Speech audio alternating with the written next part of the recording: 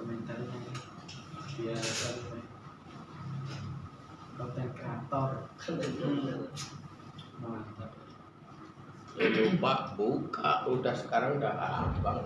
Kalau zaman dulu buka catatan, sekarang lupa buka YouTube. Iya benar. Nah, udah. Dia malas nyatet ya. Nah iya. Cuman Iya benar. nyatet tetep. Iya ganti tuh saat jangan kan. Hah? Pada sehat. Nggak mau YouTube. Oh, Ya saya WP aja yang di YouTube itu, nggak mau terima ya. Pilihan Tuhan aja mau terima.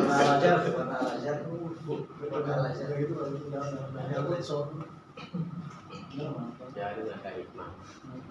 Emang edan untuk ilmu tuh. Bukan edan yang akal-akalnya hilang.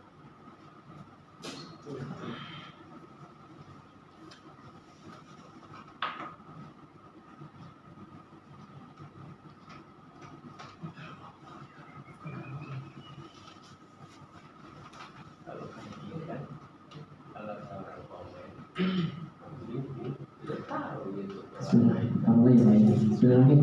Assalamualaikum warahmatullahi wabarakatuh. Waalaikumsalam warahmatullahi wabarakatuh. Alhamdulillahirabbil alamin. Allahumma shalli wa sallim ala sayyidina Muhammad wa ala ali sayyidina Muhammad amma ba'du. Bapak Ibu, Ustaz dan Ustazah serta PMA serta ruangan FTV yang dirahmati Allah. Apa kabar semuanya? Sehat-sehat Pak? Alhamdulillah. Musim hujan kayaknya ya, dingin nanti rasanya tidak terganti. Alhamdulillah, bersyukur sekali hari ini kita bisa bertemu kembali. Ya Allah masih berikan kita kesehatan dan juga kesempatan dan sebagainya. Tadi Pak Amin menyampaikan banyak hal, pokoknya meskipun saya telat menangkap banget yang disampaikan ya. Bahwa kita harus terus bersyukur diberikan kesempatan waktu dan segala macam untuk beribadah, untuk bermuamalah dan segala macam. Mudah-mudahan bagi sekalian hadirnya kita pagi ini sampai 2 jam ke depan kurang lebihnya Allah sebagai amal ibadah dan menjadi bagian dari ikhtiar kita untuk Ramadan ini, dan tentunya fadilahnya keutamanya sangat luar biasa untuk kita dan insya Allah luar biasa jika kita menyiapkan diri kemudian berjibaku untuk ilmu. Insya Allah ini seperti kita sedang melangkah dan melancarkan jalan kita menuju surga Allah. Salam mudah-mudahan atau semoga tercurah hikmah kepada Nabi Muhammad SAW. Alhamdulillah ini ada 1, 2, 3, 4, 9 orang mudah-mudahan yang akan menyusul. Telat biasa. Sebelumnya juga sama ya, insya Allah lebih banyak sih ya Pak Warna ya. Ya, tapi Ya 20 warna ya. 20. Alhamdulillah. Tapi kuantitas nggak penting lah, penting nanti semangat kita untuk semuanya bisa hadir setiap Sabtunya di PMA hari ini. Kemarin kalau nggak salah Ustaz Zahruddin ya Muhammad Ali ya. Muhammad Ali. Sebelumnya Pak Zahruddin. Mohon maaf memang di jadwal yang kita kirim kemarin ada bukan sedikit sih, beberapa kali ya di lokir biasanya ya, di rolling atau di putar-putar karena memang kadang-kadang memang kita juga mafhum ya Ustaz yang kita juga plan jadwalnya di hari A, ketika ada mendadak mau kita tukar dulu di situ. Mudah-mudahan nanti dan ada Ustaz ya, mudah-mudahan nanti di jadwal 2025 segera keluar ya jadwal kuliah, karena yang kita kemarin bikin itu sementara di tahap pertama di sampai dengan Desember. Apakah nanti ada perubahan? Kalau misalnya ada kesempatan Bapak sekalian, mungkin bisa disampaikan ke Ustaz Muxor itu. Saya belum evaluasi juga, buku belum dibikin. Apakah nanti misalnya Ustaz Muxor atau Mas Adili ya? Bagaimana kalau nanti kita materinya dibanyakin apa misalnya? Yang bisa sangat efektif memperkaya khasanah ilmu kita, sekaligus praktek. Yang misalnya bisa juga nanti disampaikan. Misalnya banyakin yang misalnya kayak kemarin Pak Syarif misalnya yang banyak di speaking ya misalnya ada di banyakin gitu kan, karena kita juga di sini memang untuk membalik orang yang menyampaikan tapi kan gitu. atau mungkin materi-materi corona macam-macam lah. Contohnya ini semuanya sih mantap lah, memang ilmu, apalagi yang menyampaikan orang-orang yang memang expert kan itu, video-video luar biasa gitu. Sehingga nanti juga tak ingatkan sama Muson tahun 2025, karena kalau lihat jadwal ya, Ramadan itu 1 Maret lawannya ya, berasa kita Desember, Januari, Februari. Dan termasuk nanti coba apakah Ramadan mungkin diplan dari sekarang atau perlu nanti didiskusikan serta apakah Ramadan kita masukkah atau masuk misalnya atau waktunya atau harinya diganti yang lebih efektif gitu kan misalnya, atau pas menjelang buka puasa kan, atau memang libur ya monggo disepakati. Nah itu nanti sampaikan ke tema. Kalau dua angkatan pertama itu memang libur ya, sampai dari tindakan pada pengen yang kedua kemarin masuk karena dulu sore ya, tapi nggak jadi juga. Itu luar biasa, nanti bisa disepakati. Kadang-kadang ya dari sebenarnya sih ya, kalau Ramadan dalam kondisi puasa kita ngaji kayak begini kan gede fadilahnya ya orangnya ya. Cuma effortnya keluarnya luar biasa. Berlipat ganda. Nanti disebutkan aja. Mumpung nanti belum nyusun agenda atau barusan untuk di tahun 2025 Januari sampai dengan Juli dan atau sampai Juli Agustus lah. Baik dari sekalian, dan ini terkait dengan buka jawab.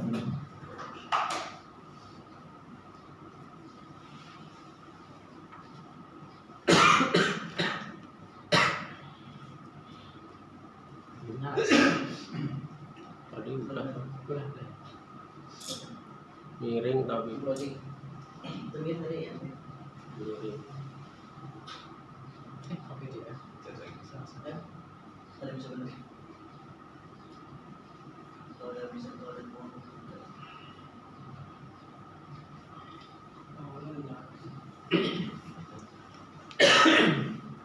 Bagus sekalian. Kemarin kita sempat belajar atau diskusi terkait dengan ekonomi syariah kan gitu. Secara singkat kemarin kita sampaikan bahwa terkait dengan lembaga keuangan syariah itu ada dua ya, apa namanya itu pembagiannya. Lembaga keuangan syariah yang berbasis bisnis ya, atau tijarah. Ada juga lembaga keuangan syariah yang sifatnya sosial atau tabarruk. Tabarruk itu dari bahasa Arab artinya kebaikan gitu, tabarruk. Jadi ada yang bisnis, ada yang sosial. Ya, jadi kalau bicara lembaga keuangan syariah, jadi nggak semuanya tuh ketika mau keuangan berarti bisnis semua, itu sosial. Apa yang berbasis bisnis seperti bank, asuransi, pegadaian, ya, yang berbasis syariah. Karena meskipun dasar-dasarnya itu kayak pegadaian itu adalah sosial, tapi itu unsurnya lebih dominan di bisnis. Ada aspek-aspek tijarahnya. Tapi yang kedua adalah ada lembaga keuangan sosial. Apa itu?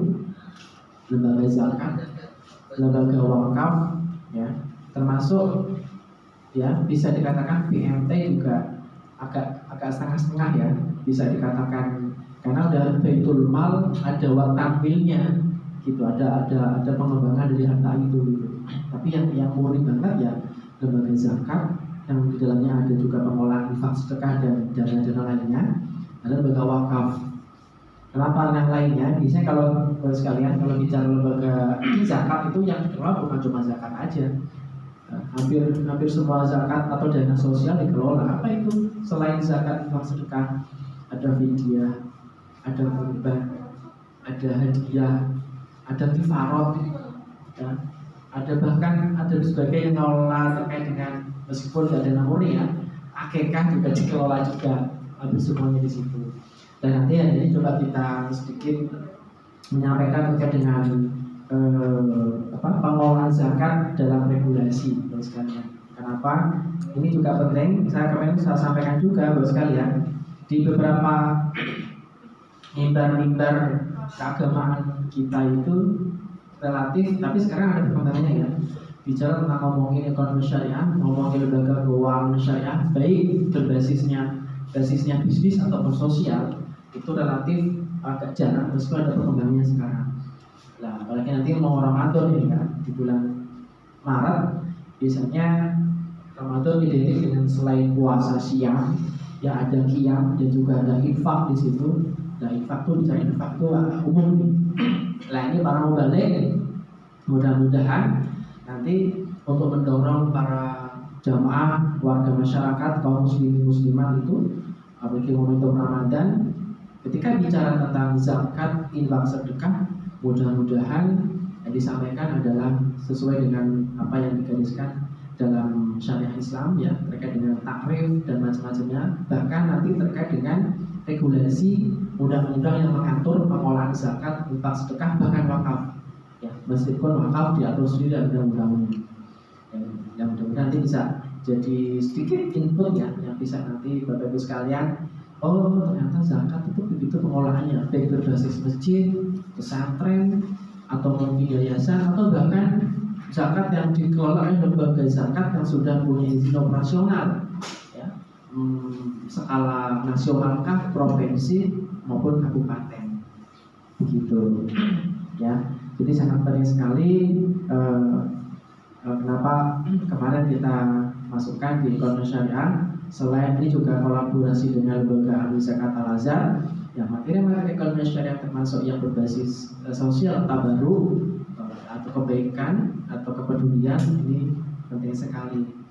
Nah, kenapa ini bicara regulasi, Mbak sekalian? Karena pengolahan zakat kita itu, ya, meskipun ini rukun Islam yang zakat itu yang ketiga keempat sih, ya. Ada yang ketiga yang keempat juga ya, rukun Islam. Tapi ini sudah masuk diatur dalam undang-undang negara.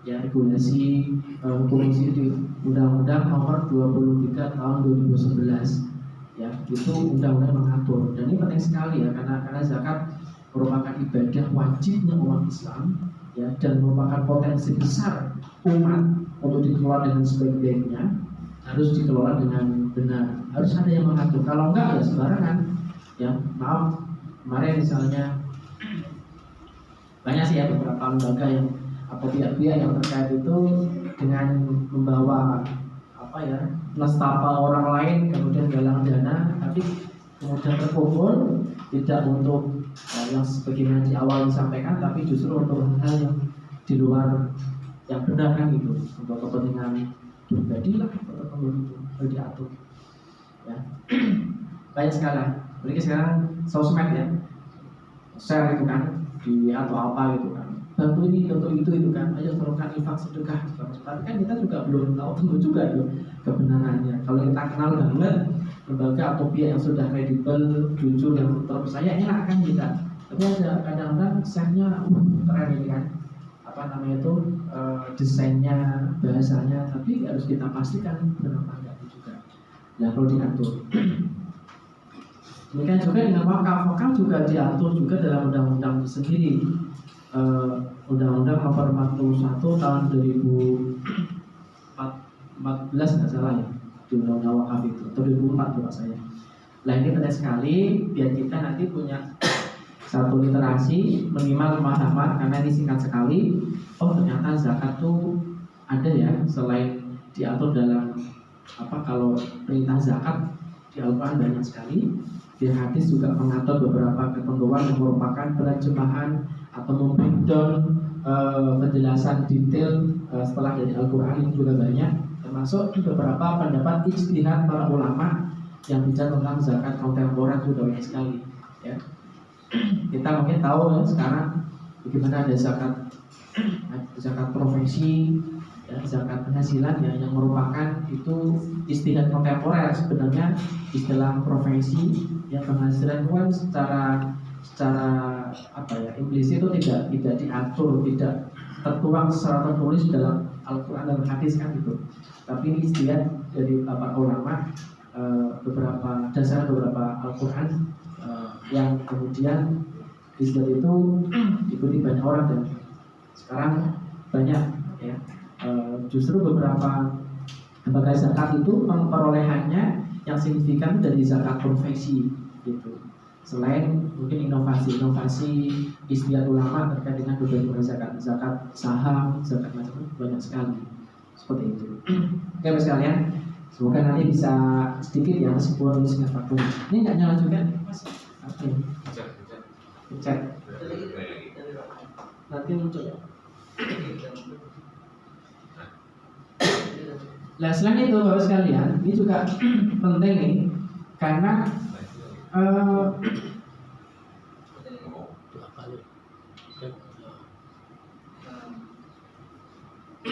karena zakat ini sangat umum ya. Karena apa hubungannya, kesamaannya lembaga zakat dengan masjid? Ini kan sebagian juga aktivis masjid ya, ini juga pengurus juga. Jadi kalau bicara regulasi atau zakat, ini ada titik persamaan yang sangat erat ya kaitannya antara masjid dengan lembaga zakat. Kesamaannya adalah bahwa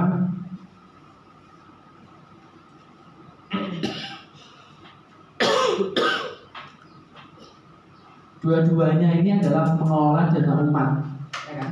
Masjid itu aktivitas kegiatan ibadah ya, atau mungkin dibilang kalau masjid biasanya ada 3 pilar ya. Ada imaroh, itu program-program kemakmuran baik ibadah ya, taklim, sosial. Ada namanya idaroh itu lebih ke manajemen ya. Idaroh kan nggak perputaran ya, manajemen pengelolaan itu yang ngurusin SDM, ngurusin macam-macam itu. Ada juga satu adalah terkait dengan riayah ya, itu tuh menyangkut tentang maintenance dan sarana prasarana. Jadi masjid itu ada 3 pilar. Kalau di masjid bisa di Mokonak itu biasanya kalau bicara masjid pasti dipetakan menjadi 3 pilar. Imaroh, program kemakmuran, ada idaroh itu manajemen pengelolaannya ya, dan ada riayah karena masjid pasti ada fisiknya dan perlu perawatan di situ. Apa samanya dengan lembaga zakat? Kalau masjid tentunya tadi ya 3 hal tadi itu, program pilarnya itu sumber utamanya di dana umat kan itu ya, dana infak kayak celengan kotak infak, ada orang berzakat atau mungkin bukan bikin program-program tertentu yang itu nyaris dari dana sosial. Kecuali memang sekarang perkembangannya ada beberapa masjid yang bikin inovasi, mereka punya badan-badan usaha ya untuk menambah sumber pundi-pundi penghasilan masjid itu, tidak mengandalkan semuanya dari kebaikan umat dan infak ya, baik di tromol ataupun apapun lah, termasuk Jumatan itu kan. Biasanya masjid paling banyak itu biasanya atau kebanyakannya itu mengandalkan di tromol Jumat biasanya ya kan. Kalau sehari-harinya mungkin nggak banyak. Masuk Bintaro juga Bintaro ini agak penting ya. Kalau alasan Bintaro ini bagus sekalian, memang yang paling besar itu sumbernya apa kira-kira? Ada penyewaan aula. Itu dia ada usahanya. Jadi kalau ngandelin hanya tromol setiap hari keliling itu bagi Jumatan, ini Jumatan kalau Bintaro itu, tapi ini paling juga Bintaro tidak dengan masjid Al-Azhar lain ya. Kalau di Masjid Al-Azhar yang di sekitarnya adalah perkantoran, jamaahnya Jumatan banyak orang-orang pakai pegawai itu, ya bisa sampai belasan juta mungkin ya, atau 10 juta ini Jumatan tuh. Kalau kita masih di angka, kalau nggak salah ya tidak saya 4 juta juga Pak. Kalau sebulan 4 kali aja, berarti 4 misalnya ya, 4 kali 4 19, bisa kan nggak cukup kan gitu. Alhamdulillah masjid Bintaro ini, dan memang ini azannya dari Masjid Al-Azhar itu, apalagi Masjid Agung dan Masjid Raya itu. Kalau Masjid Agung cuma satu Al-Azhar Pak, di pusat Salsinya Maraja. Kalau Masjid Raya itu masjid yang di beberapa kampus cabang masuk Bintaro itu. Nah itu memang didorong untuk mandiri dari sisi membiayai kegiatan-kegiatan seperti ini. Meskipun ada aula Pak, kita ini seperti ini masuk ke aula ya. Apa ini terkait ya? Karena nanti ke depan memang masjid itu dituntut untuk bisa minimal ya, membiayai kegiatan-kegiatan yang ada di masjid. Ini semakin banyak orang berkontribusi ke masjid ketika takmir dalam bentuk dana atau lainnya, insya Allah nanti masjid punya banyak inovasi mengembangkan program kan, semakin banyak pada program. Jangan kalau masjid ada yang udah memberikan makan setiap hari dengan sekian ratus, sekian ribu orang ya, memang kuat di situ, masuk kepercayaan dan kualitas keamanan dari pengurusnya. Nah, kembali ke tadi itu, jadi masjid itu adalah mengelola dana sosial, ada zakat, ada infak, dan lain-lainnya, termasuk wakaf. Meskipun sekarang nanti Mas berbasi. Kemudian apa persamaannya dengan lembaga zakat? Sama, lembaga zakat juga sama, mengelola dana umat, dana sosial keagamaan, zakat dan lain-lain juga sama juga. Jadi sebenarnya antara Al-Azhar nggak ada muslimah seorang Al-Azhar ya. Sebenarnya sama dengan masjid itu, cuma skupnya berbeda aja, sama lingkup programnya. Kalau lembaga zakat nasional tentunya diurus bukan cuma kegiatan sholat ibadah 5 waktu, sholat Jumat dan sebagainya. Kalau sudah mau lembaga zakat yang skalanya besar ya harus mengelola mungkin skup provinsi atau bahkan nasional kan gitu. Itunya itu. Jadi bapak-bapak yang mungkin mengelola masjid, DKM takmir, ketuakah, penguruskah atau lain-lainnya, sebenarnya fungsinya itu hampir seperti dengan lembaga zakat.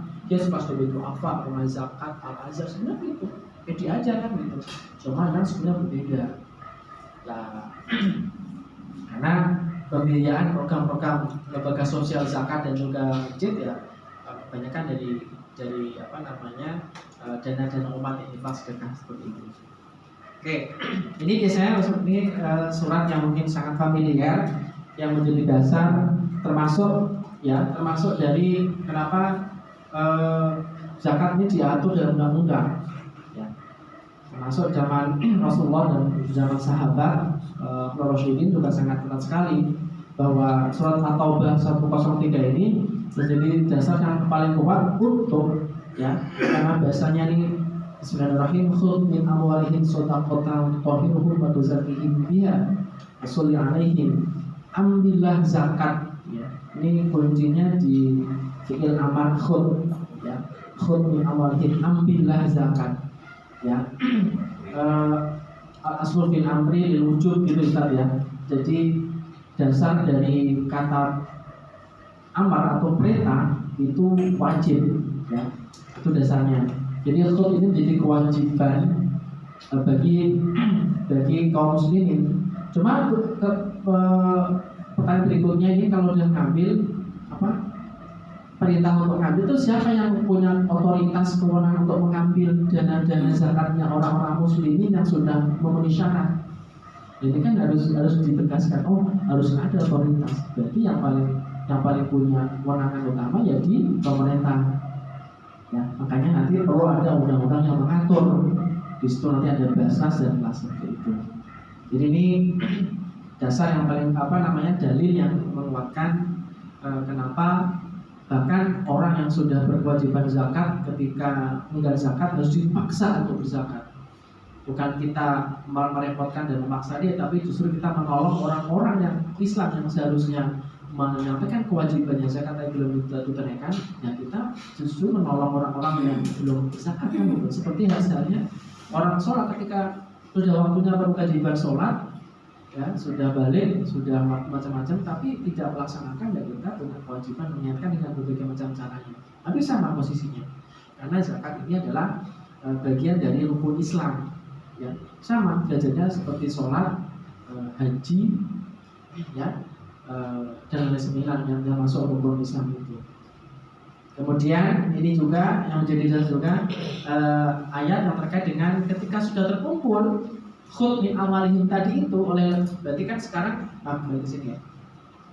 Berarti yang kalau konteks Indonesia, berarti siapa yang punya otoritas untuk mengambil, memungut, bahkan memaksa dan kutip zakat dari warga negara yang beragama Muslim? Kan negara. Berarti harus dibentuk satu badan yang bisa secara konsentrasi fokus ngurusin zakat. Apa itu? Basnas. Nah, di Undang-Undang nomor 23 tahun 2011 diatur bahwa nanti ada amil namanya. Di Undang-Undang itu amil itu ya Basnas dan dibantu oleh LAS. Gitu. Ya makanya kalau biasanya Basnas itu dibentuk oleh pemerintah. Karena ketua Basnas pasti melalui fit properties DPR, surat keputusannya dari presiden Pak. Kalau Basnas harus di sana, jadi bukan sembarangan, harus komisioner Basnas itu ketat di pemilihannya.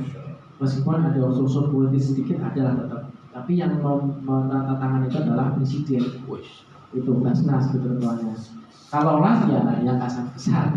Kalau Basnas pusat itu presiden, kalau Basnas tingkat provinsi biasanya keputusan SK-nya itu ketua Basnas provinsi siapa Pak? Pak Gubernur. Kalau kabupaten kota, wali kota atau bupati di situ skupnya. Kalau di undang-undang itu sampai level itu ya, kap kota ya. Kalau di undang-undang itu nggak tersebutkan sampai dengan tingkat kecamatan. Itu tuh tidak urusannya. Jadi sampai segitunya Pak. Bahwa penting ada lembaga atau badan yang punya otoritas mengambil. Tentunya dalam hal mengambil ini kan nggak cuma saklek ngambil tok gitu kan. Kalau ngambil ini kan ada sebuah pengolahan Pak, ya, mengedukasi, memberikan kampanye ke masyarakat tentang pentingnya zakat, tentang aturan zakat itu penting, ya, mengedukasi, kemudian menghimpun, mengelola dan mendistribusikan sampai melaporkan, gitu, ya. Jadi kalau sudah mau mengambil atau lembaga zakat ya tugasnya nggak cuma mungut-mungut segala macam gitu, harus sampai mendistribusikan dan mempertanggungjawabkan dana amanah umat itu kepada yang bersangkutan, kepada orang-orang yang dilaporkan, siapa itu, ke Basnas, ke DPR, ke Menteri bahkan, ya, dan tentunya bagian dari Allah SWT harus dilakukan. Nah kalau ini adalah terkait dengan pendistribusiannya, ya. Jadi ada, kalau kita kenal dengan ini 8 asnaf atau 8 golongan yang punya hak untuk menerima dana zakat. Zakat loh ya, bukan infak atau sedekah. Innamas shadaqatu lil fuqara wal masakin. Ini At-Taubah ayat 60. Jadi apa asnafnya? Lil fuqara 1, orang-orang fakir, kemudian wal masakin, orang-orang miskin, kemudian amilin. Ya amilin ini ada masuk di nomor 3 ini.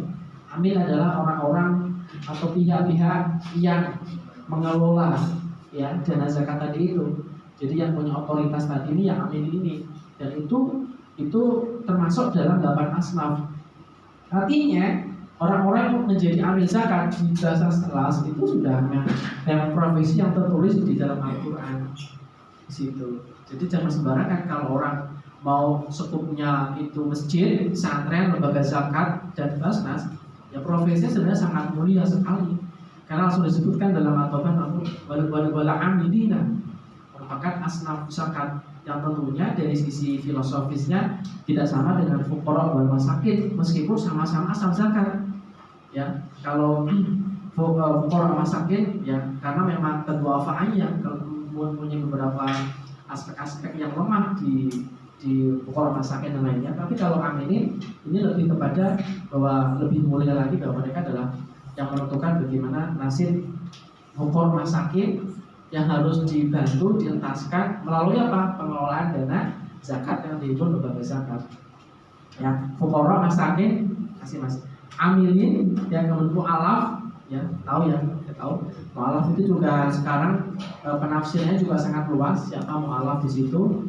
Kemudian budak wafiriqab wal gharimin, orang punya hutang. Kemudian fisabil wa fisabil. Ya ini salah satu dasarnya. Jadi nggak boleh. Bahkan Pak kalau di undang-undang zakat Pak, pihak atau orang yang menyalurkan zakat tidak sesuai syariat, termasuk dalam hal ketika nanti menyalurkan zakat tidak untuk 8 asnaf ini, itu ada pidananya Pak sebenarnya. Lembaga zakat yang tidak melaksanakan sesuai syariat, termasuk dalam distribusian, itu baru undang-undang. Gimana nanti pertanggungjawaban kepada yang mensyariatkan zakat, Allah kan harus makanya nggak sembarangan. Oke, profesinya mulia ambil itu, tapi tugasnya itu nggak sembarangan. Bahkan ada bilang ya 2 kaki itu sebelah kakinya di surga, sebelahnya di neraka, pertaruhannya begitu. Kepleset dikit nggak sesuai dengan koridor, ancamannya ya jangan heran neraka. Tapi kalau bisa dia menjalankan amal dengan sebaik-baiknya, koridor dilaksanakan, mulai dari edukasi. Karena kita cuma misalnya ya, kita aja berhasil untuk menyadarkan orang, memahamkan orang terkait dengan tentang zakat, kemudian dia tergerak, ya, itu gede pahalanya Pak. Karena tugas amil kan cuma menyampaikan ya, soal tergerak hatinya untuk kemudian berzakat apa enggak ya itu Allah yang memberikan hidayah kan gitu. Tugas kita yang menyampaikan amil. Bagian dari Quran yang melakukan edukasi, mengamankan, ayo dalam zakat tuh, zakat begini perhitungannya, zakat perusahaan begini, zakat profesi begini, zakat perdagangan begini, itu harus jelas Pak. Karena kebanyakan misalnya kita dari beberapa survei di di sistem siswa punya Kemenak dan Basnas itu soal literasi zakat masih dikatakan masih belum memuaskan Pak. Pengetahuan orang tentang zakat itu sangat sih masih minim ya. Zakat biasanya paling identik dipahami dengan zakat fitrah aja yang itu setahun sekali di Ramadan dan diberikan di masjid, di musola ya, di mana-mana itu masih sangat konvensional dan masih tradisional. Tapi sekarang sebenarnya zakat tuh makanya ini masuk dalam lembaga kemasyarakat dan juga di Bank Indonesia pun juga ada departemen yang ngurusin ini juga Pak. Bank Indonesia itu selain juga terkait dengan perbankan dan hal yang makro, tapi juga diurus tentang bagaimana lembaga keuangan yang basisnya adalah sosial tabarruk. Apa itu? Zakat dan wakaf juga diatur demikian. Karena sebenarnya kenapa diatur? Karena sejatinya zakat wakaf ini yang merupakan syariat Islam ini perintah salah satu instrumen yang sangat penting. Kalau dikelola dengan sebenar-benarnya, ini memberikan kontribusi bagi perekonomian kesejahteraan masyarakat Pak. Kalau dikelola dengan benar, zakat itu kan. Makanya kan kalau bicara potensi zakat sekarang itu Indonesia kan, lalu sekarang berapa ya hasil surveinya tuh kan? Kalau bisa dihitung tuh bisa sampai ratusan triliun Pak. Kalau nggak salah hampir sampai update ya. Sampai tahu nggak Mas ya? Ya 300-an triliun kalau itu update ya apa? Masih data lama itu sebenarnya. Tapi yang triliun nggak sampai 10% nggak sampai segitu ya. Tapi jadinya kita bisa ngeles kan sebenarnya itu tercapai 300 triliun. Cuma yang tercatat di lembaga zakat, di Basnas, di masjid cuma segitu. Tapi sebenarnya masyarakat muslim kita di pelosok-pelosok seantero Indonesia itu sebenarnya melaksanakan zakat cuma tidak tercatat. Sebenarnya begitu ya. Gede sebenarnya. Cuma kalau nggak dikelola secara kolektif di lembaga zakat, mungkin dampak zakat untuk mengurangi atau kontribusi untuk mengurangi kemiskinan nggak nampak ya, karena zakat udah ngasih deh. Misalnya zakat dia punya sudah masuk nisab dan haulnya zakat penghasilan, mungkin gajinya sudah lewat dari 7 juta kalau nggak salah tuh nisab zakat. Sekarang naik lagi tuh, karena kalau zakat penghasilan profesi hitungannya adalah emas 85 gram. Sekarang emas kan sudah setengah lebih ya, semakin tinggi tuh nisabnya itu. Artinya kalau sudah sampai nisab zakat, kemudian udah saya zakat ya, nggak apa-apa sih, nggak salah. Kasih tetangga atau siapapun yang ditemuin yang dirasa dia du'afa masuk dalam kategori asnaf fakir miskin, oke, gugur kewajibannya. Cuma kalau beda misalnya ketika nanti ada lembaga yang profesional amanah, dana-dana dari sekian jutaan orang terhimpun dikelola dengan program-program yang luar biasa, itu akan rasa dampaknya. Al-Azhar misalnya, Al-Azhar itu mungkin Mas Bagudin tahu, Al-Azhar punya rumah kebudayaan Indonesia, itu juga dari pengelolaan zakat infak sedekah Pak. Satu kampus lembaga training short course 6 bulan menampung anak-anak duafa pengangguran anak muda untuk sekolah di Gembleng 6 bulan berbasis pesantren ingat ya, dengan skill Pak. Dampaknya ada, dikonekkan dengan beberapa perusahaan-perusahaan mitra Al-Azhar di sekolah Al-Azhar. Mereka setelah lulus 6 bulan tuh kerja jadi TO, jadi operator apa, ada yang di bengkel, ada yang macam-macam itu kerasa Pak. Kalau misalnya kalau kita misalnya ya, bisa kan gitu, kita zakat misalnya kan kalau lah 7 juta atau 10 juta lah, 10 juta itu zakatnya berapa Pak? 2,5% itu berapa? 250 ya? Ya kan? Ya seberapa kan 250 juta sebenarnya kalau 10 juta ya. Nah itu kalau satu orang itu kan kayaknya nggak sekarang tuh nggak berarti apa-apa Pak. Itu pasti 250 itu beli apa sih? Paling beras dapat 10 kilo ya, sekarang kan biasanya ada 170 apa itu? Ya tepat itu, segitu doang gitu. Tapi kalau zakatnya satu orang 10 juta itu berdasarkan persen 250 kali sekian ribu orang kan terkumpul ratusan sampai nah itu bisa dibikin program-program yang dampaknya itu jangka panjang Pak. Nggak cuma sekedar ngasih beras, ngasih indomie, selesai. Salah kan nggak salah sih, cuma nanti dampaknya nggak begitu kelihatan. Makanya kembali lagi itulah fungsi pentingnya lembaga zakat, badan amil zakat dan nilainya kan itu yang harus diketahui. Termasuk nanti juga makanya itu harus punya izin nanti ya, nanti masuk ke undang-undang. Nah ini ya, jadi zakat ini nggak usah dijelaskan lah ya. Jadi nanti ajang lebar pembahasannya. Biasanya pertanyaannya masyarakat umum tuh meskipun sudah sangat sangat sering disampaikan, kadang-kadang masih bias membedakan antara zakat dengan infak Pak. Itu ya. Kadang-kadang itu pas kadang-kadang yang sering ke konsultasi ke Al-Azhar itu zakat sudah Pak, biasanya pokoknya saya mah otomatis lah kalau bulan tuh tak keluarin sekian gitu, tapi nggak diniatkan zakat juga, pokoknya saya kasih deh ke siapa gitu segini gitu. Nah, itu sebenarnya perlu penegasan juga bahwa akadnya bahwa ini saya punya sekian, zakat saya sekian, kasih koreksi juga. Makanya zakat itu adalah kewajiban atas harta atau jumlah harta tentu yang dikeluarkan oleh muslim atau badan usaha yang dimiliki oleh muslim dalam waktu tertentu, jumlah tertentu dan diberikan kepada golongan tertentu. Ini bedanya dengan infak. Kalau infak itu sebenarnya hartanya juga nggak harus tertentu, apa aja boleh Pak. Waktunya, jumlahnya, termasuk yang dikasih juga nggak tertentu juga. Ya, ini salah satu starting pointnya. Kalau zakat semuanya lugas nih, tegas, lugas, jelas. Dari siapa? Siapa yang punya kewajiban zakat? Orang muslim. Ketika punya harta sudah sampai nisab, sampai haul kan, milik utang, dia menguasai penuh harta itu.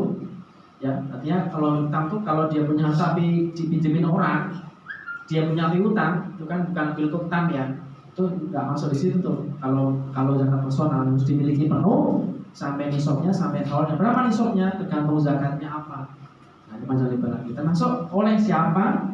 Oleh siapa itu berarti diberikan kepada apa? Dikelola oleh siapa nih? Yang kelola jelas ini harus ada amil gitu, kalau misalnya diperantarain. Dan untuk siapa? Kalau siapa tadi ya? Ke-At-Taubah ayat 60, 8 asnaf itu zakat. Tapi kalau infak gimana? Apakah infak itu harus dari orang muslim yang sudah punya kemampuan dana atau harta haul nisab? Enggak Pak. Sedekah aja, infak aja seberapa pun kan gitu kan. Siapapun boleh berinfak.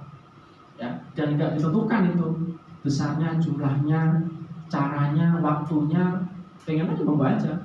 Nanti kalau zakat termasuk zakat perdagangan misalnya, itu kan juga harus haul Pak, harus ada perhitungan dalam setahun ya, hitungan haul juga di situ. Kalau zakat profesi penghasilan, apakah itu ada haulnya? Ini ada berbeda pendapat. Ada yang menyampaikan pakai haul setahun, jadi penghasilan kita dihitung dalam setahun masuk nisab enggak? Harta kita itu dalam setahun diakumulasi minimal itu seharga dengan 85 gram emas enggak? Kalau enggak ya enggak masuk gitu. Ada yang juga menyatakan enggak pakai haul, ya udah sebulan aja poin aja. Atau pakai haul tapi bayarnya dicicil per bulan, nah, gitu juga kan itu. Jalan tengahnya lebih oke, perhitungannya adalah 85 gram emas haulnya dalam setahun. Kalau gajinya 10 juta kali 12 bulan berarti ya 120 ya, itu udah masuk ya. Lah bayar zakatnya, penunaiannya nggak harus tahun nunggu nih, per bulan aja. Kalau udah dipastikan bahwa setiap bulan dia dapat segitu. Kenapa ada orang-orang yang nunggu hartanya itu, orang-orang fakir miskin mustahik kan gitu. Jangan nunggu setahun deh, kasihan yang orang-orang duafa yang menunggu ada hak dia dari kewajiban harta kita di situ. Contohnya ini juga masalah khilafiyah juga ya, diskusi perbincangan terkait dengan waktu termasuk nisab dan tata cara pembayaran zakat profesi penghasilan. Saya keluasin sebenarnya. Itu baru satu jenis zakat loh. Belum zakat pertanian, belum zakat perdagangan, zakat tabungan. Kalau tabungan sih agak begitu dipakai terus itu. Oke, berikutnya. Jadi ini kalau bisa dipetakan ya. Ada muzaki, orang yang membayar zakat Ini berbawa zakah ya. Kemudian di tengah-tengahnya ada amil tadi ya. Asam zakat nomor berapa tadi? Nomor 3 yang setelah fuqara wal masakin adalah amil nomor 3. Dia punya posisi di sini yang mengelola perantara antara muzaki orang yang punya kewajiban zakat sebelum sampai dikelola untuk mustahik. Kemanfaatan ibadahnya mustahik ini harus dikelola Pak. Ya. Bolehkah kita zakat langsung kepada mustahik? Nggak ada salahnya, boleh aja gitu. Cuman memang kalau nanti dikelola oleh lembaga, harapannya efektivitas dan efisiensi zakat akan lebih terlihat, nampak manfaatnya Pak. Kita mungkin bisa bikin pesantren untuk kafir misalnya ya, sebetulnya dari wakaf, tapi untuk operasional dari zakat itu kan lebih kuat Pak. Kalau untuk nanti mencetak generasi-generasi yang mu'afal itu jadi orang yang pintar, punya akhlak mulia. Cuma nggak cukup dengan dana zakat kita satu orang Pak. Sebulan cuma 300.000 dari zakat mal kita, ya cukup. Tapi kalau diakumulatifkan, dikolektifkan akan terasa, itu logisnya. Ya, muzaki pemberi zakat, ya ini kepasangan muzaki ditetapkan oleh berlaku amil. Nah ini juga penting Pak. Kadang-kadang kan sekarang ini kita bapak lah misalnya tawarnya nih Pak. Tawarnya kalau misalnya Pak ini doain ya menjadi muzaki miliarder lah gitu kan ya, punya harta yang jauh melebihi dari nisab lah. Ketika punya berapa ya kalau kita hitung ya, Pak Wana punya gaji misalnya lah sebulan itu 50 juta Pak Wana. Amin. Ya zakatnya berapa? Zakatnya kalau zakatnya berapa? 50 juta ya. Hitungannya ini udah bersih lah ya, udah bersih itu. Berarti kalau 10 juta itu udah 250 kali 5 berarti 1 juta. Cuma segitu doang ya? Dikit ya sebenarnya. Kan 1 juta aja 12.500. Iya. 25.000. Makanya sekarang kan orang pada berdebat kan ngomongin zakat 2,5%, padahal cuma segitu. Soalnya kalau punya dana segitu, gaji segitu tuh mau zakatnya kemana? Ya ke yang bersangkutan. Iya siapa? Ya ke yang di lingkungan kita. Lingkungan ya, itu kan. Terutama saya mengutamakan dari dulu Pak, dari saya awal kerja, saya utamakan memang lingkungan saya dulu Pak. Dekat. Jadi yang saya apa itu yatim piatu, yang jompo, fakir miskin. Tapi janda-janda yang tua bukan yang muda. Yang muda juga nggak apa-apa. Berarti nggak ke lembaga ya Pak ya, ke basis ke kelas ya. Ke basis saya nggak belum berkepikiran Pak waktu itu. Mungkin juga faktor kepercayaan mungkin ya. Ya saya tak jalani memang selama saya kerja seperti itu. Saya memang itu namanya Pak. Kebanyakan makanya mungkin ya yang zakat yang segitu besar potensi 30 triliun yang tercatat ada di laporan Basnas dia baru mungkin 10% Pak. Iya, banyak Pak Amin. Enggak, menurut yang misalnya 2023 kemarin terbaru ya itu potensi 327 triliun yang ada 33. tapi 10% ya, 10%-nya. Nah, tahun 2024 ini rencananya 41 triliun. Biasanya Targetnya. betul. Berarti kan kalau Pak Wana kan nggak tercatat kan Pak ya? Jadi contohnya, karena bisa akan di janda-janda muda tadi ya. Karena nggak tercatat. Mungkin kesadaran masyarakat Muslim kita tinggi loh sebenarnya untuk berzakat. Biasanya orang-orang yang ke lembaga zakat tuh bingung Pak, aku punya duit gede ini kemana ya? Tetangga yang nggak ada miskin, nggak punya jaringan untuk orang-orang duafa. Udahlah kemana gitu, ke Al-Azhar atau kedua rumah zakat, macam-macam lah lembaga zakat yang dipandang profesional dan punya kepercayaan tinggi untuk mengelolanya itu. Jadi real Pak gitu. Ini mana nggak? Saya sih husnuzon gitu masalah kita kan. Mungkin ada tambahan sedikit Pak. Gimana Pak? Saya punya pengalaman berhubungan dengan teman dinas nasional beberapa kali. Dan alhamdulillah hari ini ada pendidikan tadi yang dikatakan pendidikan amil zakat, dididik, bisa dididik lewat lembaganya masing-masing, misalnya Al-Azhar, BI ataupun ada beberapa kan masuk mandiri itu ada juga bank mandiri tentunya, PLN itu termasuk besar gitu ya.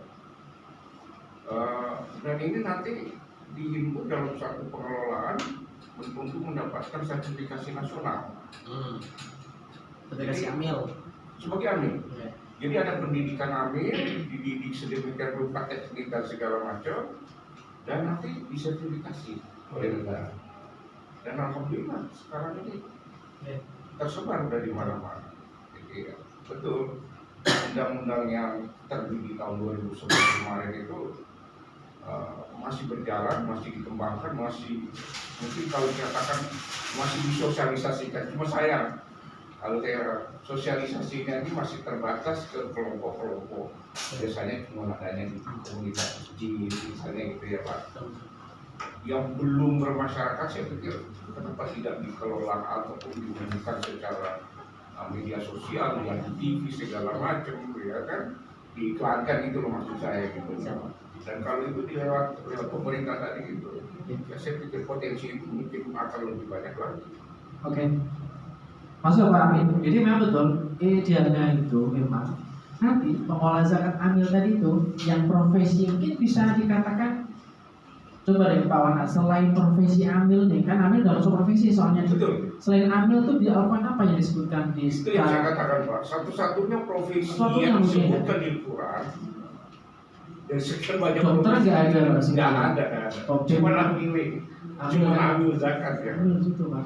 Kan dalam profesi ada. Itu profesi. Ada serikat kerja juga, ada forumnya gitu. Jadi makanya kalau sudah profesi semulia itu mengelola dana umat, dana zakat apalagi. Jadi kalau orang edukasi, karena kewajiban ya, kalau orang salah mengedukasi ke masyarakat tentang zakat salah, berarti itu dosa loh Pak, karena kewajiban loh.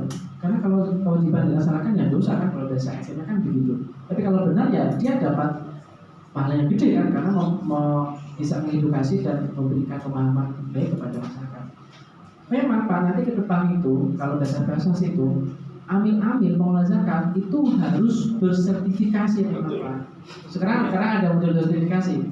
Forum zakat itu yang forum lembaga zakat yang non basnas ya, itu juga punya forum yang bisa melakukan sertifikasi.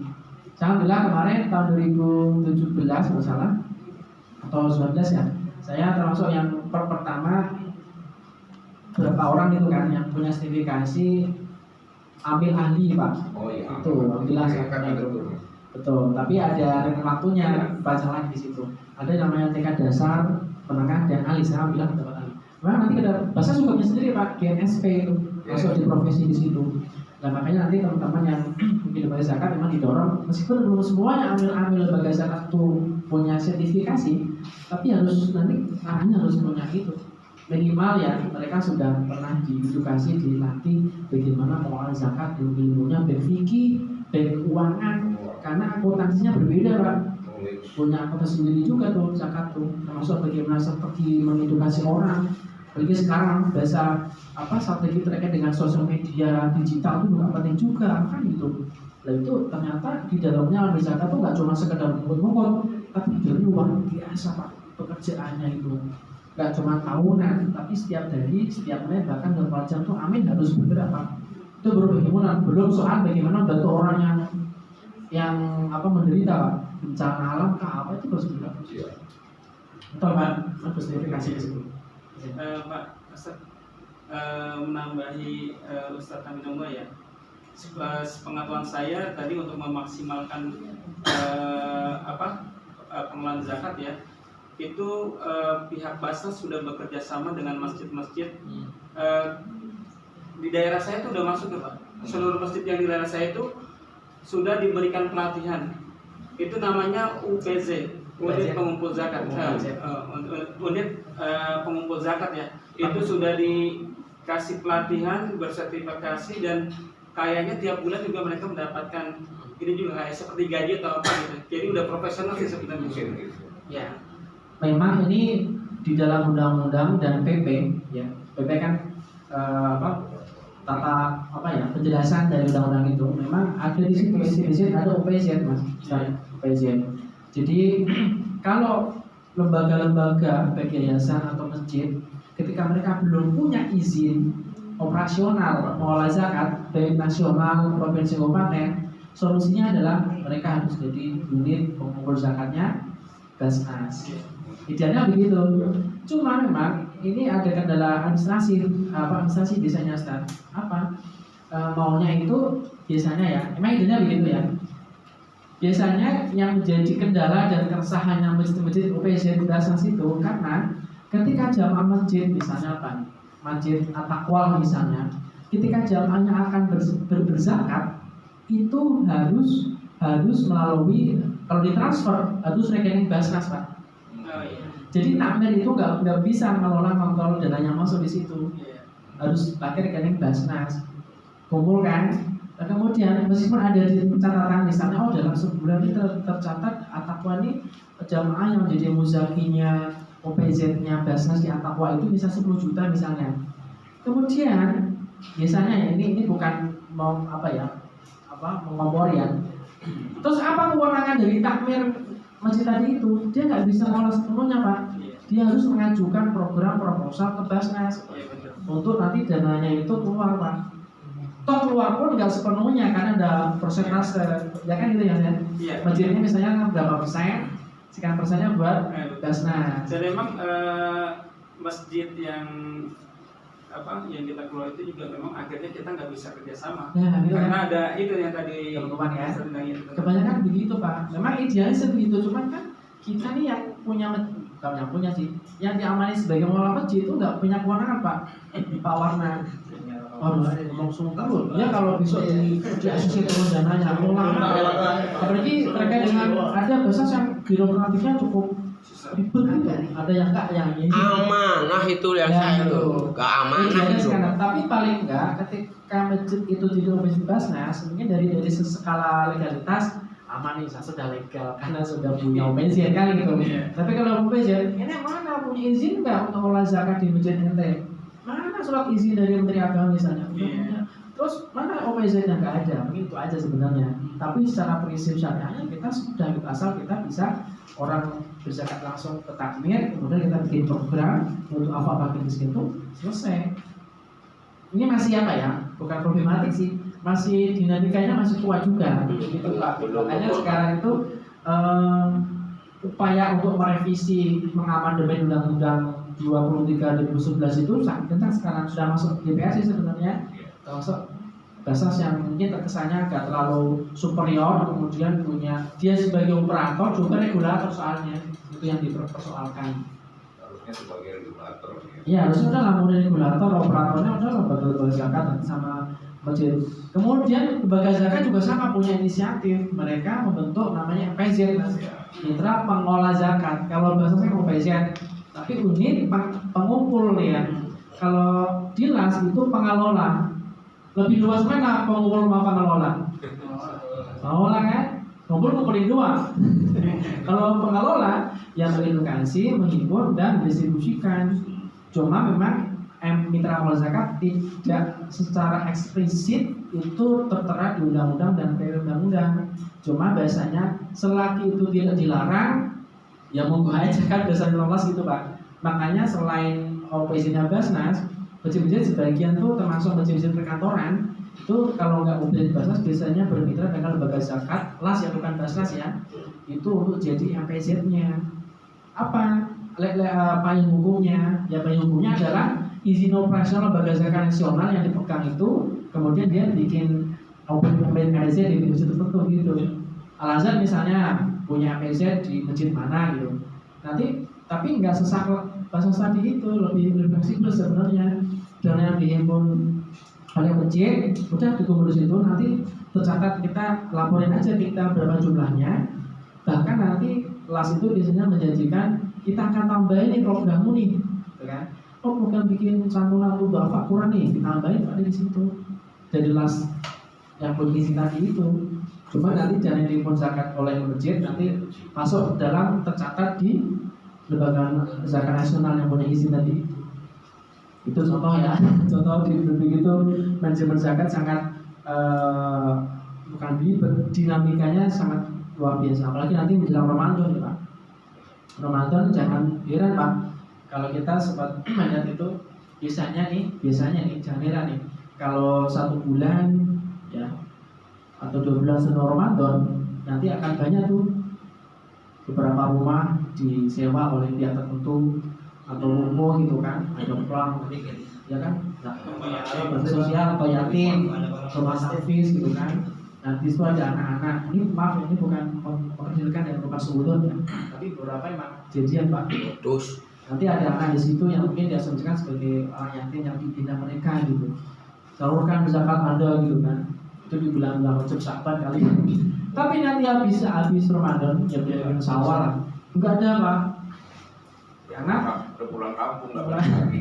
karena mau memanfaatkan kebaikan orang muslim Pak. Momentum Ramadan orang kan biasanya berdermanya kan tinggi ya, zakat lah, sedekah apa, apalagi untuk anak duafa yatim ngafal Quran pula kan.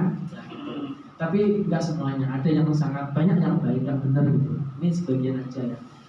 Jangan sampai gara-gara sama begitu kan bapak nggak membantu lagi tuh. Punya lembaga sosial yatim atau Quran, kamu nggak juga. Makanya kejian kita untuk memastikan bahwa ini benar. Tapi itu harus waspada juga Pak. Dan perlu diingat kalau ada orang-orang pihak-pihak yang memanfaatkan kayak gitu nggak benar untuk kepentingan personal. Kan banyak juga kemarin kan. Contoh misalnya maaf kemarin itu kayak terakhir tuh yang ramai itu kasus siapa sih yang Ustadz yang punya anak yatim banyak lambe-lambe itu ya. Iya. Nah, sampai banyak bantuan segala ternyata maaf ya gitu banget gitu kan anak yatim kecil digituin gitu kan. Paham kan? Benar kan? Kan dia memanfaatkan tokoh-tokoh itu untuk galang dana kan, kita masuk ayo bangun apa sih tapi sama yatim itu Yatim piatu itu kan segitu banyak tapi kan sampai mengendorse beberapa ustadz kan, Ustadz Fatih Karim. iya kalau dari sama lebih banyak lah. Tapi kan begitu Pak, orang kan ya saking baiknya orang kita lebih baik mah pokoknya baik. Tapi ya itu jangan sampai kebaikan ini dimakan orang-orang atau bahkan bukan pribadi itu masih benar Pak untuk pribadi kepentingan, tapi apa ya kayak membunuh orang itu kan, kayak menghancurkan masa depan anak-anak yang harusnya dididik jadi benar, tapi kan begitu. Mau bilang makanya amarah orang-orang yang terkait kan sangat merasakan lah takut dapat dosa kan, ngajak orang untuk endorse ayo infak ke lembaga itu untuk nanti ternyata tidak begitu. Ini contoh-contoh jangan sampai nanti, dan mungkin kita sebagai mubalik nanti juga harus punya sense begitu Pak. Kalau ada yang kurang lurus, dilurusin kan gitu. Kalau di lembaga misalnya ngikut zakat, kita nggak apa-apa iseng-isengannya. Pak, Bapak ingin zakat mau juga. Ada punya izin nggak? Tapi ya jangan salah baik ya, jangan salah menyindir gitu. Oh, enggak. Nanti sampaikan harus ada regulasinya loh, ada aturannya. Kalau nggak punya izin, jadi FPZ atau OPZ kan gitu kan. Meskipun mungkin belum tentu akan dilaksanakan dan mudah untuk mengurus mengolah OPZ dengan dasar atau OPZ nas. Tapi itulah fakta Pak di masyarakat kita gitu terkait dengan zakat, karena ngomongin duit ya begitu ya, itu duit ibadah orang di situ. Nah kuncinya di ini diambil sebenarnya pengelola zakat, infak dan sedekah. Jadi apa yang dilakukan? Perencanaan, pelaksanaan, pengendalian, pelaporan, tanggung jawaban ya. Dalam apa? Dalam pengumpulan, dikumpulin, distribusi, bahkan nggak cuma distribusi. Kenapa nih ada kata-kata distribusi dan gunaan? Apa bedanya ini? oh iya distribusi Distribusi itu lebih kepada makna salur karitas, ngasih sembako, yang sesaat lah gitu lah. Itu biasanya kalau di undang-undang tuh ada bahasa distribusi, biasanya zakat boleh nggak untuk sembako, boleh ada di situ. Tapi ada belanja gunaan Pak. Biasa lebih ke ekonomi Pak. Udah usaha kayak apa kayak gitu budaya masyarakat. Jadi ambil itu mengumpulin distribusi budaya gunaan. Masuk dalamnya ada keuangan, ada HRD macam-macam harus seperti perusahaan. Hanya perusahaan karena ngurusin banyak orang. Dan harusnya ini apa ya? Standarnya LAS itu harusnya lebih tinggi dibanding dengan lembaga bank, dengan mungkin lembaganya Pak Aminullah yang diberikan seperti ini Pak. Pelayanannya ke Buzaki, bagaimana keuangan transparansinya, bagaimana pelaporan harusnya lebih tinggi. Artinya orang ketika masuk rekan lembaga zakat harus lebih dari bank harusnya Pak. Karena dia ngomongin zakat sebenarnya, cuma kan banyak faktor ya. Jadi itu butuh effort, butuh sumber daya luar biasa untuk memberikan pelayanan minimal pelayanan bank. Harusnya kita harus lebih dari bank yang ketika masuk ada orang senyum gitu kan, nunggu dikasih kopi gitu kan warnanya. Nanti enak lah itu kalau di bank itu. zakat harus seperti itu, termasuk nanti pelayanan kepada mustahik. Kalau bank mungkin pelayanan kepada nasabah ya karena orang nyimpen kan, tapi biasanya zakat ini harus berimbang antara muzakir yang berzakat sama kepada mustahik. Jangan sampai kepada muzakir baik kedatangan mustahik, wah mau ngapain di sini ulangnya, harus ini jangan sampai dolen gitu, karena mereka berdua sama-sama punya hak untuk dilayani, mau muzakir yang berzakat ataupun orang yang merubah, orang ibu sabil yang nggak bisa ngekos atau orang sakit, macam-macam harus dilayani dengan baik-baik. Tugas amil begitu Pak, susah juga tuh. Dan datang gitu kan, lapang, orang macam-macam. Nah, terus tugasnya ke sana. Sedikit lagi ya. Ini ya di undang-undangnya, ini apa nih? Oh ya, fatwa ini nomor 8 ini definisi amil ya. Ini di fatwa ini juga ada juga Pak. Amil itu apa? Di MUI nomor 8 2017 itu seseorang, sekelompok orang yang diangkat, lebih lagi diangkat oleh pemerintah untuk mengolah pelaksanaan ibadah zakat. Terus diangkat, makanya paling pede banget ya Basnas, karena diangkat pemerintah juga di situ. Tapi Las diangkat juga, ya. Jadi kalau bedanya Basnas itu dibentuk, diangkat oleh pemerintah, kalau Las itu dibentuk oleh masyarakat, tapi disahkan oleh pemerintah. Siapa yang membentuk? Kalau nasional itu nanti oleh Menteri Agama, yang level berikutnya itu bisa diambil nggak salah. Kedua kalau orang yang dibentuk oleh masyarakat, ya ini disahkan pemerintah untuk mengelola zakat. Ini Basnas mungkin jelas lah, hampir sama di situ. Kalau tingkat ini Ustaz, tingkat masyarakat RW gimana ini? RW itu RW gimana? Iya, jadi sepengetahuan saya dari undang-undang dari undang-undang yang saya tahu ini itu tadi sudah ditetapkan bahwa yang paling rendah itu adalah pengumpul tingkat RT RW itu UPT namanya. Tetapi dia harus punya las di atasnya sebagai apakah dia bagian daripada las yang ada di kecamatan itu yang sudah disahkan oleh bupati atau wali kota kalau di kabupaten ya. Ini mohon maaf di kampung saya masih agak belum tersentuh ya. Belum bermasyarakat. Jadi RW itu mengumpulin zakat. Iya, maksudnya dikumpulin tetap di masjid. Yang membeli itu kan dari pemerintah tuh. Itu gimana gitu?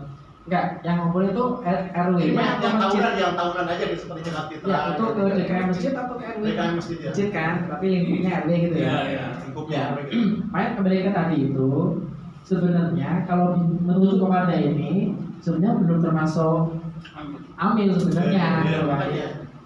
Cuma ini kan dari undang-undang ya. Ini kalau dari sisi fikihnya sah sih ya, ketika akad dengan teratur disampaikan syarat dan rukunnya terpenuhi. Cuma di sini nggak masuk itu. Jadi makanya arahan Basnas itu masjid yang menghimpun dana zakat ini lebih ke zakat ya. Kalau di bank akan lebih fleksibel Pak. Dibolehkan biasanya. Kalau udah zakat ini harus Basnas. Artinya harus lembaga yang punya isi sebenarnya. Makanya solusinya adalah masjid itu minimal itu meskipun ini jarang dilakukan ya, banyak juga Pak, cuma masjid Bapak aja.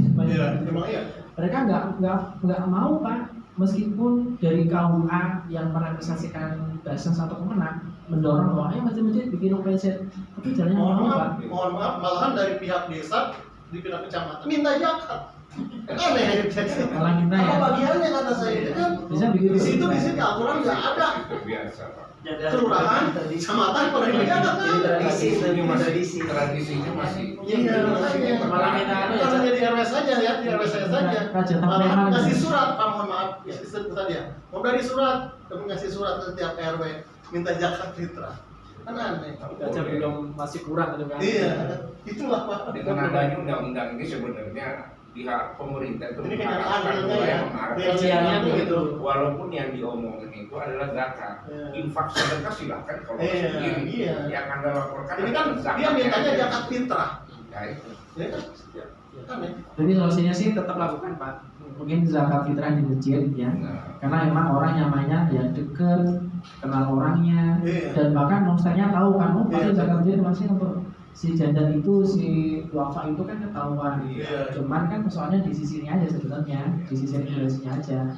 Memang agak amannya sih di UPZ. Cuman Basnas kekeh juga ini bikin aturan presiden itu nggak mau lentur. Jadi orang tuh, oh saya jelas ini dua hafal ini masuk nunggu Basnas lama macam-macam gitu sebenarnya.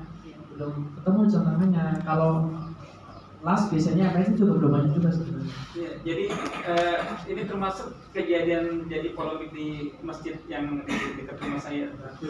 Jadi memang karena amin itu kalau menurut beberapa ulama ya, dan ketua DKM saya berprinsip bahwa yang berhak mendapat amin itu yaitu badan resmi, dari badan resmi. Ya makanya itu di masjid kita tuh nggak boleh dibayar untuk amilnya, jatah amilnya. Kalaupun mau dikasih dia kayak sistem dia kayak dia apa operasional aja, ngasih dia aja buat transport dia makan segala macam gitu. Ya itu karena ini di sini tercatat dari yang resminya kan harus dari lembaga resmi. Iya. Memang konsekuensinya gini mas, konsekuensinya kalau memang ini di sini berarti amil zakat mau berdosis besar apapun ketika nggak punya apa ya surat dari pemerintah bahwa ini sebagai amil, sebenarnya nggak dapat konsekuensinya, nggak boleh ngambil dari jatah amil berapa 12,5% atau seperlapannya sebenarnya. Kalau mungkin bisa kalau nggak salah ya, si amil tersebut masuk kategori yang 8 asnaf tadi. Bisa, kalau itu masuk.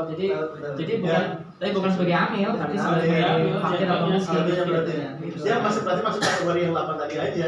Kan kalau di kampung, mohon maaf saja, kalau di kampung itu amilnya ini amil tahunan sekali gitu. Hanya pengumpul fitrah ya. Ini ya gitu lah. Nah, itu tapi dari CVK-nya perlu dikaji juga sih. Apakah masjid ya yang mungkin dari sisi ketua bank negara ini nggak punya izin itu apakah boleh menerima hak seperlapan asal itu boleh kan enggak gitu, karena di kampung masih berlaku tuh yang himpun panitia, karena biasanya panitia di sana ya, ambil ada orang familiar panitia zakat tuh yang nyatat, yang ngumpulin, yang nanti kadang-kadang pembagiannya pakai gerobak pak, keliling itu biasanya itu kan butuh kos, butuh tenaga. Ya itu nanti tinggal pencatatannya apakah masuk biaya es, kopi, apa gitu kan, apakah dari mungkin masuk itu dari situ ya. Biasanya ada sebagian yang dimasuk itu dari apa aspek distribusian, bahwa distribusi nggak mungkin kita nggak butuh bensin nih ngantar ke sana kan itu. Tapi nggak secara spesifik bahwa ini beli bensin ini masuk dalam 12,5% dari amil itu yang satunya pak di situ. Memang aturan ini punya konsekuensi ketika kategori amil adalah mereka dibujuk oleh pemerintah. Karena kamilnya ini tadi khut tadi pak, khut yang punya kewenangan ya otoritasnya ya pemerintah di tempat kita berada di situ sebenarnya. Dan mereka bikin undang-undang itu mengamanatkan namanya amil ya Basnas, dibantu Basnas dibentuk oleh pemerintah, las masyarakat amil tapi diresmikan oleh pemerintah dengan berbagai macam syarat. Itu yang punya sebenarnya. Kemudian siapa? Gimana yang orang-orang sudah sekian dari zaman dahulu zakat terus di masjid tapi belum punya izin? Nah nanti itu diharapkan jadi organizer lah, jadi apa gitu. Tapi sama fikih laksanakan aja pak. Jangan sampai kita apa ada orang zakat masjid kita nggak terima kan, nggak punya izin. Seperti itu. Iya tetap aja. Makanya pak di undang-undang ini sebenarnya ada juga ancaman pidana sebenarnya. Termasuk yang lembaga atau pihak kelompok yang belum punya izin tapi mereka melaksanakan itu ada pidananya. Makanya kata Pak Amin tadi undang ini sebenarnya belum sepenuhnya dilakukan sebenarnya. Kalau kenapa? Pesantren kena, masjid kena semua pidana itu. Mungkin cuma ada 2% kali. Cuma kan makanya ini harus dirubah kan itu, harus ada perbaikan undang-undang jangan sampai ya sosialisasi lah masyarakat dikasih pengetahuan. Saya setiap tahun saya jadi panitia zakat gimana? Dapat ambil nggak? Dapat ambil nggak? Ya pokoknya ada oke lah ya. Pokoknya dana amil ada lah. Ada ya, pokoknya sekedar operasional ya. Gak mungkin orang bungkusin beras mitra itu nggak dikasih uang sampai dari setelah Itu juga udah bagian dari sisi pak di situ mungkin dari orang saya dari Barnas itu yang tingkat kelurahan aja saya tolak, mau minta orang sini aja nggak cukup. Ya, tadi kita malah minta ke bapak mau ke saya gitu ya. Iya saya tolak gitu, saya nggak kasih. Saya panitianya tiap tahun saya. Dia minta buat siapa juga nggak tahu juga kan. Lah makanya itu saya nggak jelas nggak ada sini tak gituin. Itu aja jawabannya Pak. Di sini kurang Pak. Jadi 1.000 slide sama 800 kurang nih ya. Iya. Tapi biasanya diancam itu, ayo. Terus saya mau tanya mengenai infak ya Pak. Infak ini yang mengenai harta yang mencapai nisabnya itu kayak Mas tadi. Itu kan seperti Mas mencapai nisab zakat apa zakat mal ya? Zakat mal itu. Tidak, makanya infak, infak dan zakat itu kaitannya itu dari infak itu apa? Zakat itu ada sodako, ada zakat. Ini kadang-kadang kan orang saya tanya, Pak ini saya infak. Nah infaknya, kalau infak yang saya sepengetahuan saya itu nggak boleh untuk ke masjid, untuk biaya istilahnya untuk biaya masjid. Kalau sama zakat fitrah itu kalau infak kita bagikan kepada orang-orang tertentu lah, itu misalkan yang kayak apa itu ya kita kelompok kita misalnya perlu diperhatikan itu langsung saya bagikan. Ini kembali deh Pak. Kembali. Ini Pak Wana ini ya zakat itu ini Pak Wana. Infak itu. Enggak, makanya zakat itu kan kewajiban atau harta atau jumlah harta tertentu, harganya khusus Pak. Jadi kalau dia kan zakat tuh kalau secara apa namanya itu di hadis Quran kan ada berapa tuh? Ada pertanian, ya peternakan itu kambing, sapi, unta gitu kan. Kemudian perdagangan, terus apa barang temuan ya, barang temuan, ya banyak itu. Jadi kalau soal zakat profesi apa itu ya istilah kontemporer ulama kita Pak sebenarnya. Jadi nggak semua harta di termasuk dalam dana wajib zakat Pak. Warna. Ya. Zakatnya itu hartanya tertentu, kemudian jumlahnya tertentu juga Pak. Kalau zakat Pak harus ada ukurannya. Zakat profesi atau zakat emas, zakat tabungan, zakat perdagangan itu 2,5% Pak Warna. Kalau infak mau ente berapapun monggo, mau 1.000, 2.000, 1 miliar monggo Pak. Untuk infak Pak. Termasuk terus untuk siapa nih zakat? Kalau zakat khusus Pak tadi 8 asnaf, fakir, miskin, hamil, alaf, rikop, ya, gorimin, ibnu sabil, sabilillah 8. Kalau infak monggo aja, lebih luas sebenarnya, kecuali namanya ada infak muqayyad. Infak muqayyad itu infak khusus terikat namanya. Ketika orang berinfak tawarkan, saya mau infak nih di masjid ini, tapi untuk yatim ya, itu untuk yatim Pak, nggak boleh untuk yang selain yatim, itu muqayyad namanya. Pak saya infak nih untuk korban bencana mana gitu misalnya, harus untuk itu Pak, itu muqayyad. Makanya di akuntansi zakat, lembaga zakat itu ada namanya sumber itu ada zakat fitrah, zakat mal, infak umum, infak khusus. Khusus itu yang khusus tadi Pak. Jadi warna justru kalau zakat itu nggak boleh buat membangun masjid sebenarnya. Nggak boleh ya. Kalau infak malah diajukan dari infak. Wakaf dan infak itu sodakoh. Nah ini bedanya nih. Apa nih bedanya Pak sama sodakoh? Ini juga kadang muter-muter juga sebenarnya. Jadi ada yang menyampaikan bahwa kalau infak itu ini sama-sama sunnah Pak. Dulunya sama nih, sama sunnah. Kalau zakatnya wajib nih. Infak sedekah sama-sama sunnah. Bedanya ada satu versi ya. Infak itu adalah ketika ngomongin bentuknya harta Pak. Uang. Kalau sedekah itu lebih umum. Makanya ada senyum sedekah ya. Jadi infak itu saya mau infak senyum lah, kayaknya nggak pas ya. Misalnya sedekah. Jadi infak itu lebih kepada kepedulian orang khusus, tapi terkait dengan harta Pak.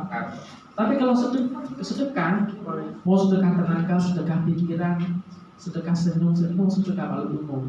Makanya biasanya lebih, ya itu versi ada juga, ada yang sebaiknya juga gitu. Tapi intinya bahwa dua-duanya adalah sunnah.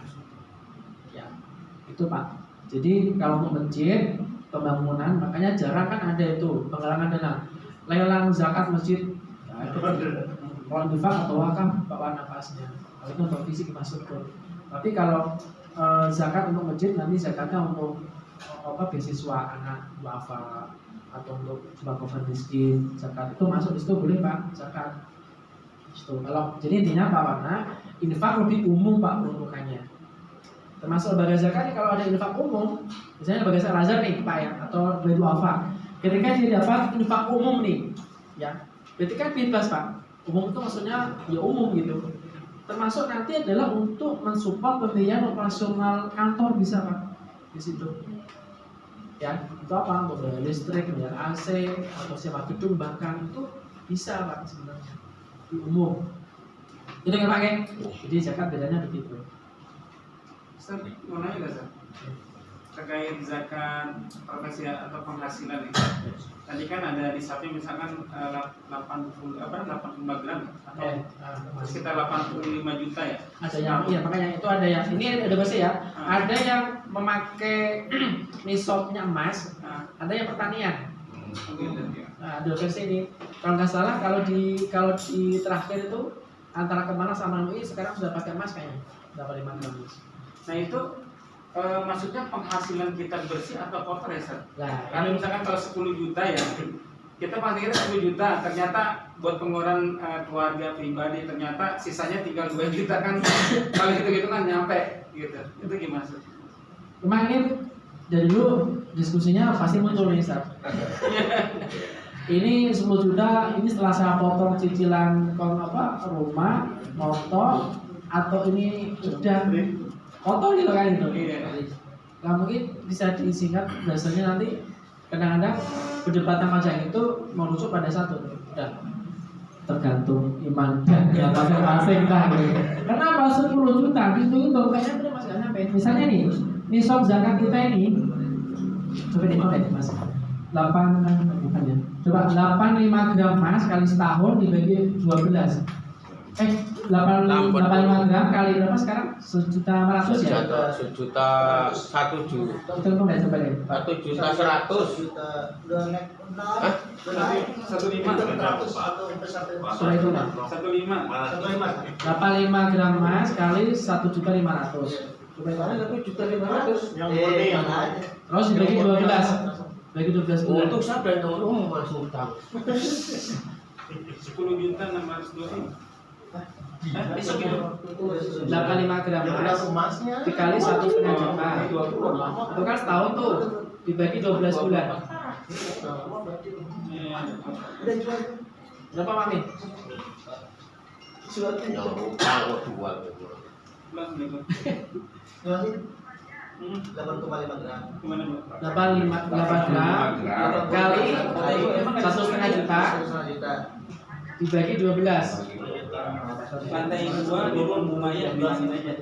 Turun lagi. Iya, ambil itu aja. Atau 127 ya dibagi 12 10 juta ya sekarang ya. Naiknya luar biasa. Iya naik. Saya Kalau salah 2-3 tahun lalu itu Basas bikin surat edaran terkait nisab zakat tuh cuma antara 6 sampai 7 juta. Karena kita pakai nisabnya zakat masalahnya Emas ya. jadi kalau kan fluktuatif ya semakin tinggi emas berarti nisabnya tinggi. Jadi panjenengan kalau 10 juta berarti belum masuk nisab.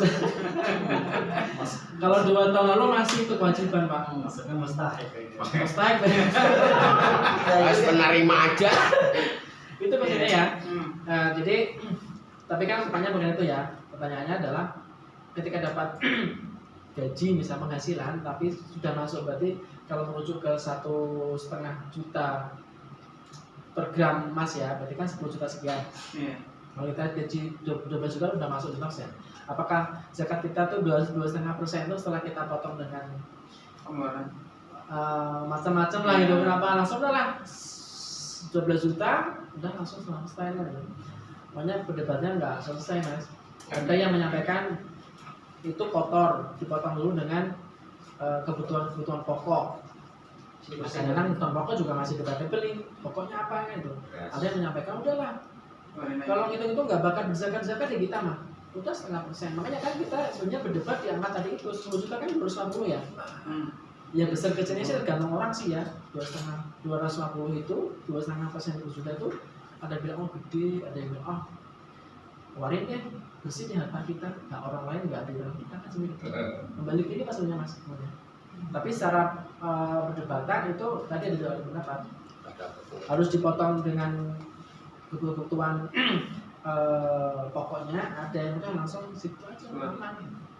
Pilih yang mana? Nggak jadi jakat akhirnya. Bisa jakat profesi ya, kayak PT atau kantor gitu ya. Dia dihitungnya setahun Hijriah atau Masehi. Nah itu Iya. tetap ada haul. Nah itu tergantung Iya. Kalau saya tanya ke beberapa ustadz, harus dari Masehi katanya. Kalau untuk kantor PT, karena kan memang biasa perbankan gitu dari Januari Desember. iya. Atau bukunya Iya, bukan soal itunya. Ya memang kebanyakan Januari sampai Desember. perusahaan ya pakai Masehi sebenarnya. Cuma Cuma nggak ada ya. nggak ada aturannya bahwa harus pakai Masehi atau Hijriah, nggak ada sih sebenarnya. Hanya harus tahu lah gitu. Lah kebanyakan kan kita termasuk Al Azhar apa kan pakai Masehi sebenarnya. Kapan itunya? Kalau sudah tutup buku nanti dihitung kan akumulasi, termasuk pajaknya macam-macam lah. Kalau perusahaan mungkin Pak Ali lebih paham terutama itu. Dan nanti sama zakatnya 2,5%. Dihitung di akhir tahun Desember. Iya. Kalau belum setahun ya belum masuk haul. Haul itu kan setahun. Kalau dari Januari ada proyek 1M, tapi Februari Maret habis sampai sekarang bulan November ada proyek lagi nih, 1M lagi nih. Belum ketahuan nih habisnya nih. Masuk 1M proyek, biaya produksi segala macam. Di akhir Desember tiba-tiba habis lagi. Nggak kena. Gimana Ustaz? Ya nanti akumulasi bukunya gimana tuh? Itu makanya. Nah sekarang ada proyek 600 juta. Proyeknya nggak tetap. Nih, hari ini nggak tetap proyek yang mana? Iya. Tapi Sekarang kan proyek ada kebetulan catatannya. Hah? Ada catatannya. Iya maksudnya ya.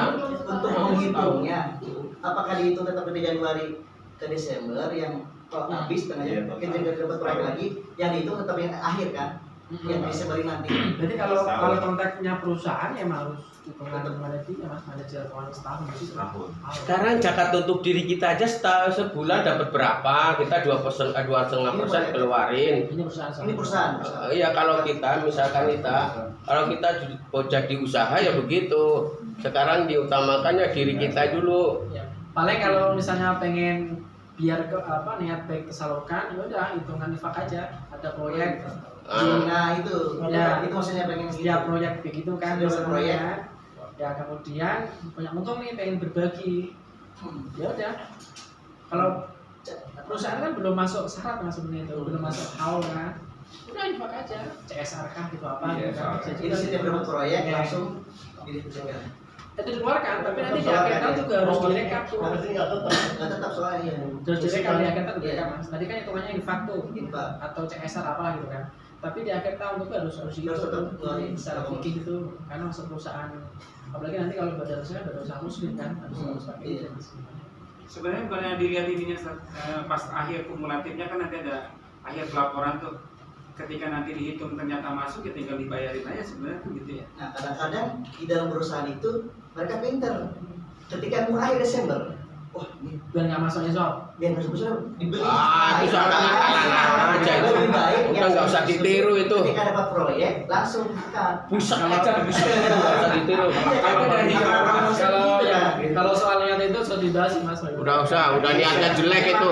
Tapi tadi itu kalau misalnya tetap nanti punya kewajiban hitung atau karena haul. Kalau masuk nisab zakat itu umumnya 80% masuk zakat, kalau enggak nggak masuk. kebetulan banget saya yang megang, maksudnya keluarga nih gitu, baru mulai gitu. Berarti maksudnya jangan masuk zakat ya mas, kalau misalnya satu momentum proyek langsung untung nih misalnya, ya boleh aja infak gitu ya. Makan aja udah Karena infak. belum nanti belum menggugurkan gitu langsung. belum menggugurkan kewajiban. Kalau infak kan nggak harus dengan Nggak harus.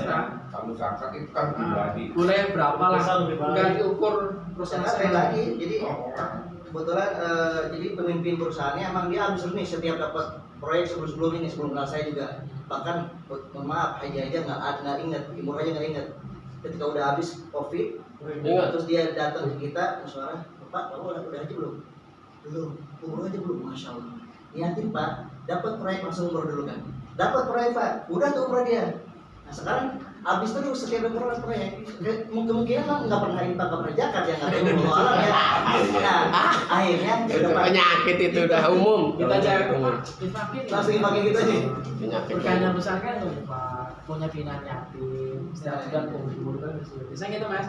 Lagi-lagi tergantung lagi kebijakan perusahaan. Tapi ngomongin zakat, tadi ya harus ada pakar Ada. seperti ini udah jam 10, cukup kali ya. Ini ada beberapa ini, tapi nanti kita saser ya materinya ya.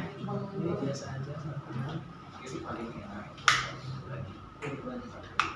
Ini ya, ini ada lainnya. Langsung aja. Mungkin itu Bapak sekalian ya yang saya sampaikan terkait dengan atau ada lagi satu lagi deh pertanyaan mungkin Bapak sekalian. Ada yang mau nanya nggak? Ada yang mau nanya nggak? Cukup ya. Masih nanya saya yang mana yang di ruang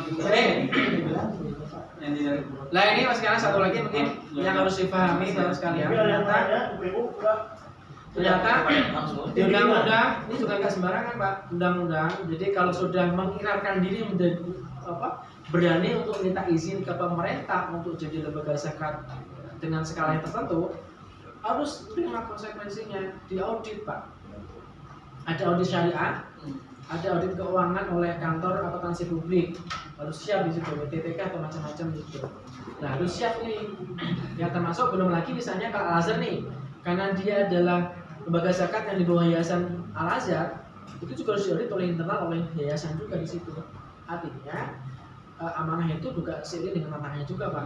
Ulama masal ini ala kadarnya, tapi harus ketentuannya harus diaudit juga di situ. Syariah karena di PP 14 2014 itu yang merupakan penjelasan dari Undang-Undang 2311 itu clear audit syariah ya itu dilaksanakan oleh Kemenak. Kemudian kalau audit eksternal itu oleh kantor akuntan publik. BTPK atau apa itu juga menjadi kredibilitas Pak. Biasanya kalau lembaga zakat sudah keluar tuh hasil auditnya dipublish di koran biasanya Pak, di media ya, biar tahu lembaga ini sudah keuangannya udah BTP nih, wajar tanpa pengecualian. Insya Allah betul juga Pak itu ya. Insya Allah benar dari sisi akuntansi keuangan. Baik, mudah-mudahan yang singkat ini bermanfaat, masuk bagian dari